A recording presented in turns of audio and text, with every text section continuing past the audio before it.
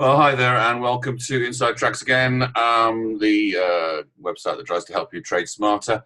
I'd like you, if you wouldn't mind, to press the red button and subscribe if you like what you hear and like it, or comment if you think that there's something else we can do, or if you've got any questions, please pose them, and I'm happy to answer. Now, when you're trading, you're always looking for some kind of advantage over other traders, something that you know that they don't. And so I'm going to try and go through one of those particular points with you today. And that is talk to you and give you some of the facts about the 5 tracks with the biggest draw bias.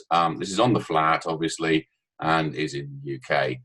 Because getting a good draw can make all the difference on certain tracks, and if you know what that is and you know how it goes, then you will be one step ahead those who don't do their research and don't know what they are.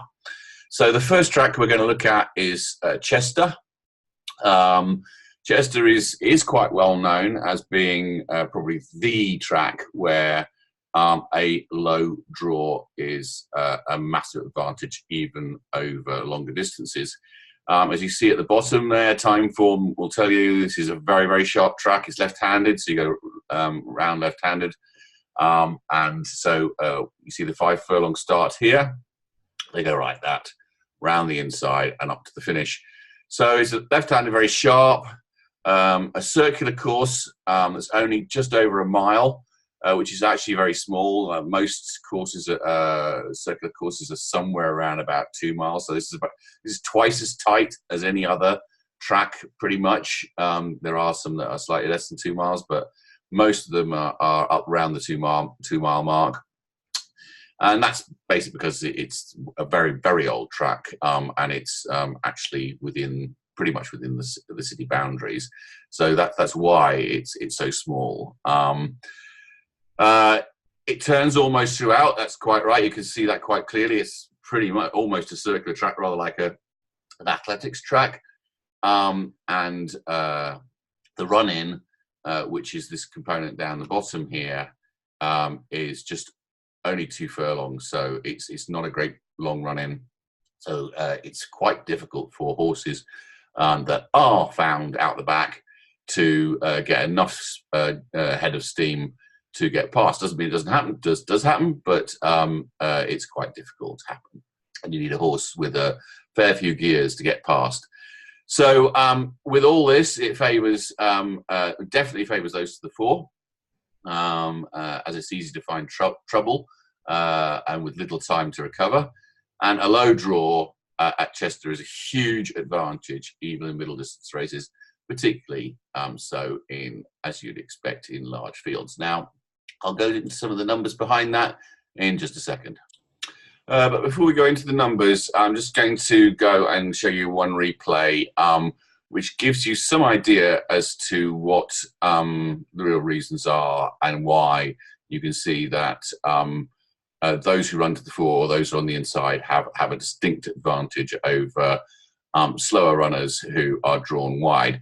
Well, if you are running an 800 meters round a track, if you go to the Olympics and you see the runners lining up for the 800 meters going round a circular track, are they all lined up on the line together? No, they're not. You see that because the outside lane is going to run further, they get a head start and they're staggered. And that's quite sensible, because ultimately you want each of the athletes to run the same distance. As you can see here drawn 11, they're way wide and coming down right outside here, and they're going straight into this. You can see this first bend is, literally it's 50 yards out from the stalls. So this horse here to the stalls is 50 yards. This horse here to the stalls, if he wants to come across, has got to come across in probably another 10 or 15 yards, which is a lot. It's another 20%. So either this horse has to be extremely quick and use up a bit more energy, or it needs to drop in the back, or it needs to go around the outside. Either way, If it goes around the outside, it's going to run further. If it goes in the back, it's got a chance of meeting trouble. So let's just run the VT, and you'll see basically what happens, and you'll see why either being quickly out the stalls or on the inside is absolutely an advantage. And I'll stop it partway through and explain why. So let's start. Handicap, they're all in. They're off 5 furlongs. Brandy Station slow to get away from the stalls, and the blue and yellow jacket. Gold Filigree, the grey filly, was out very smartly. So you see here that this horse here, Gold Filigree, coming out of actually stall 6, which is considered as low draw in a 12-runner field, Nicola Curry managed to push this horse and cut across before the bend, which means that Gold Filigree actually has quite a lot of early speed. These 3 horses here are all low drawn. That's drawn 1, 2, and 4. So you can see that those 3 horses there were all low drawn and are all well placed. Over to the rail to lead to Midsummer Night. Now you can see this horse here and this horse here. They were both wide drawn horses. This fella is now racing wide. This fella is coming in and dropping in behind. Prominently, and then Billy Dillon, green and white, all for you tucked away towards the inside the white cap. Angel Force of the black sleeves is wider out, and now Midsummer Night moves through to take over as they approach halfway. Narrowly ahead. So you can see now that they're coming up to the final bend. They're more than halfway, well, coming up to the halfway mark. And you can see that reasonably strung out. None of them are running more than 2 wide, which is quite sensible. Sometimes they do; they run 2 or 3 wide. A horse like this, he's having to be held onto. He's having to be held onto. Yeah, really, these 2 here have to wait.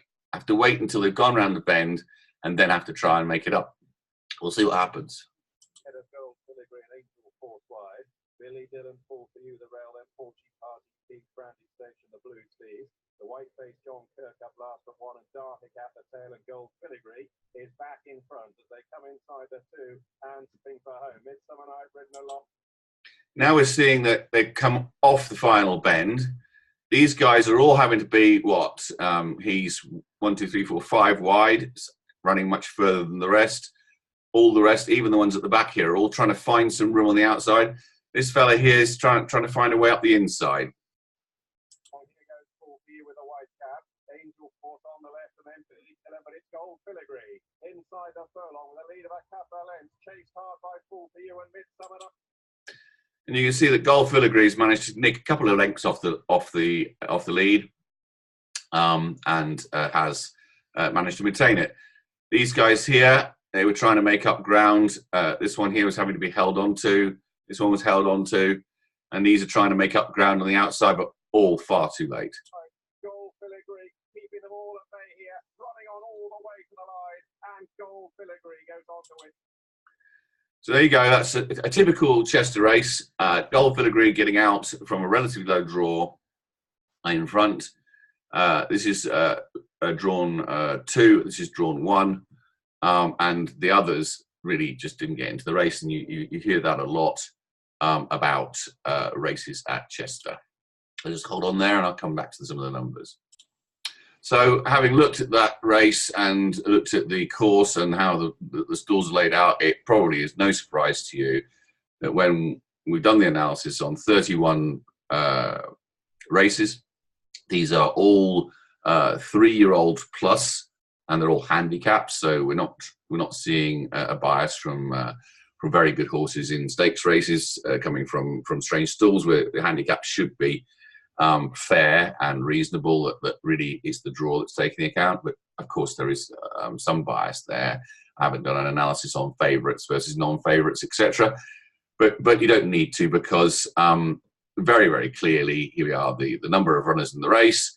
You can see that 8, 9, 10, we're still getting some outside high draws, but start getting over 11 runners in a race, and you actually don't see any high drawn horses winning.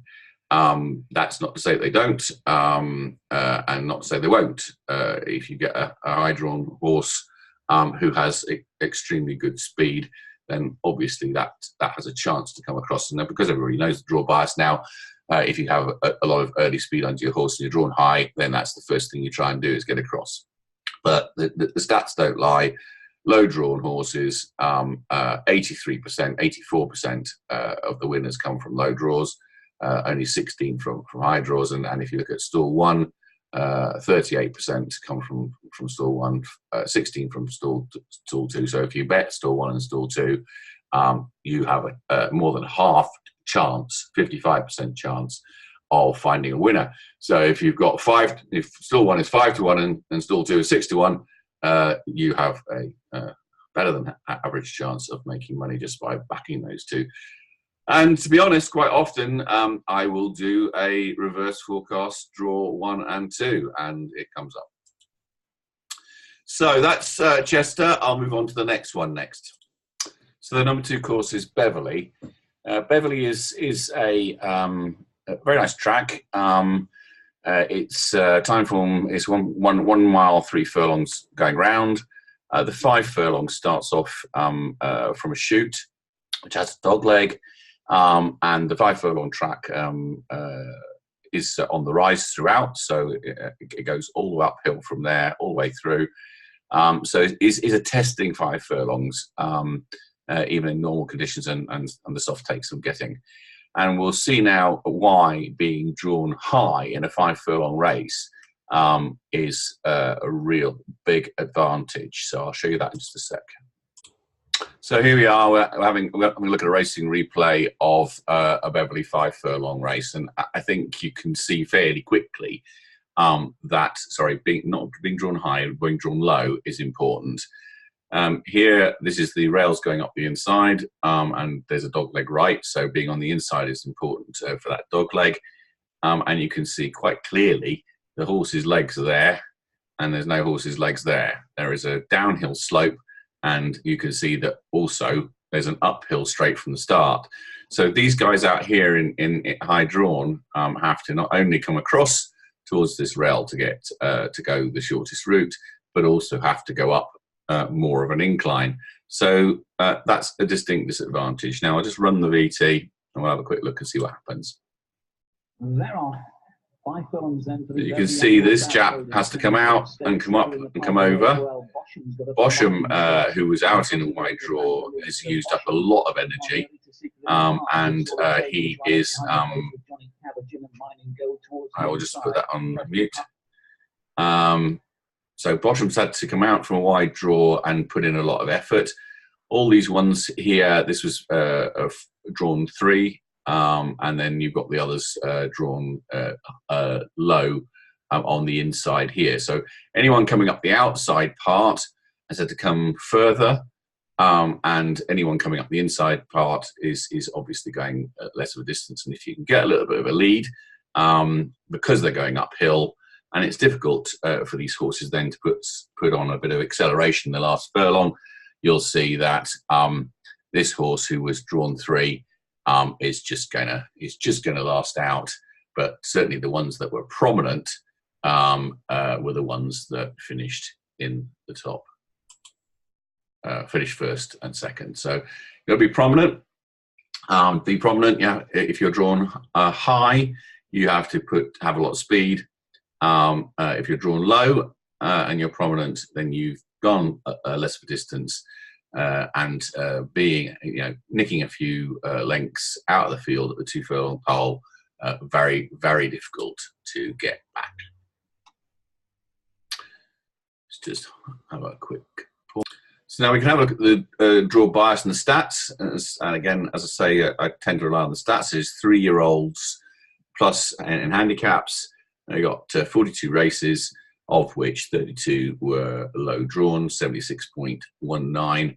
And interestingly enough, we saw stall 3 win on that particular occasion. Stall 1 and stall 3 share 62% of the winners. So you can see, basically, if you are at Beverly in a 5 furlong race, and you've got a horse who is drawn 1 or 3, who is a prominent runner who will give you a bit of pace at the start so they get out in front and run prominently, then you have a massive advantage over the rest of the field. So out of 5 tracks, I've given you 2. That is Chester and Beverly. Join me again when we'll do the next 3 of the 5 tracks. I didn't want to overdo it in this one session. So join me again for part 2. But in the meantime, if you like what you've seen, subscribe and like. Leave a comment if you feel that you need to, and certainly I'll answer you if you do. Good luck. Cheers then. Bye.